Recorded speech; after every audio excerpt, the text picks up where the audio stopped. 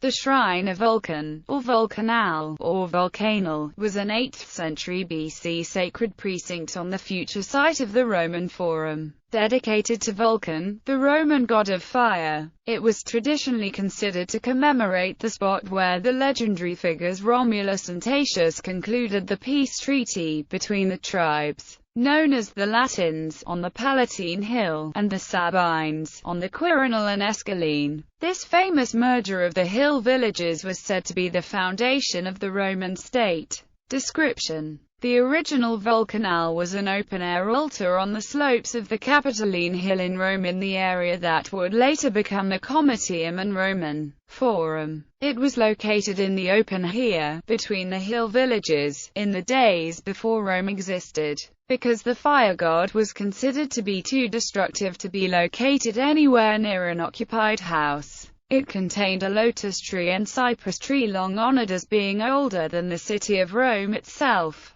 According to literary sources, the site originally featured a sculpture of a 4-horse chariot celebrating Romulus' victory over the Senenenses, and said to have been dedicated by Romulus himself. This was later supplemented with a statue of that king, inscribed with Greek letters and celebrating his deeds. Other monuments erected here from the earliest times included a statue of Horatius Cocles and another standing on a column and representing an actor who had been struck by lightning during the games in the Circus Maximus. Behind the excavated foundation of the altar of Vulcan are traces of a flight of steps, cut into the tufa of the Capitoline Hill, which lead up to the vestibule of the Temple of Concord, just to the northwest. History: in addition to its function as a place of worship, the Vulcanal became the assembly place during the Roman monarchy in the days before the Comitium and Old Rostra existed.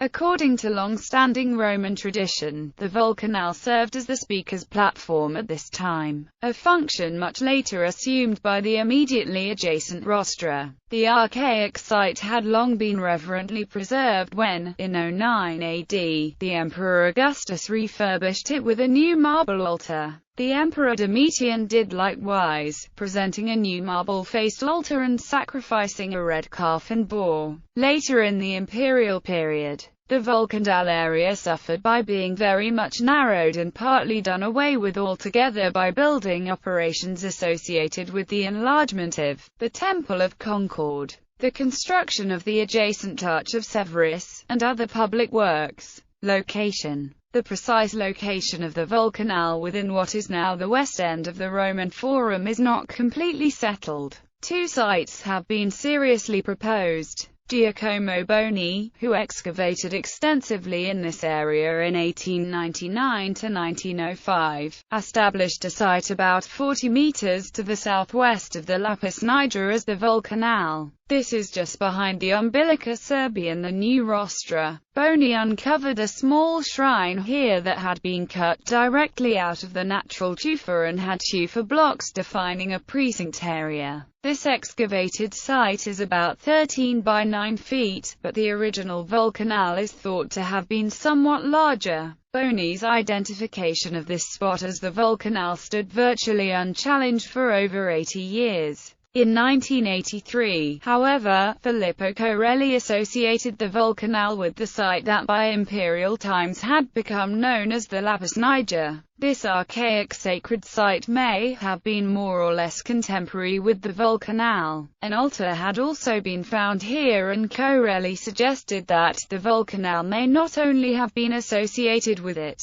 but may have been identical with this shrine. Corelli's hypothesis has received a mixed reception. While a number of authorities believe he is correct, other experts continue to insist that Boni's site is the correct one. For example, Richardson's authoritative A New Topographical Dictionary of Ancient Rome, published almost 10 years after Corelli's work, has this to say: the Vulcanal was distinctly higher than the Forum. In Comitium, kings and magistrates transacted public business there. Public assemblies, were regularly held there. It was also big enough to include a bronze edicula. All this taken together indicates that originally the Vulcanal covered the lower slope of the Capitoline along the stair that extended the line of the Sacra Via up the hill, an area later covered by the Temple of Concordia.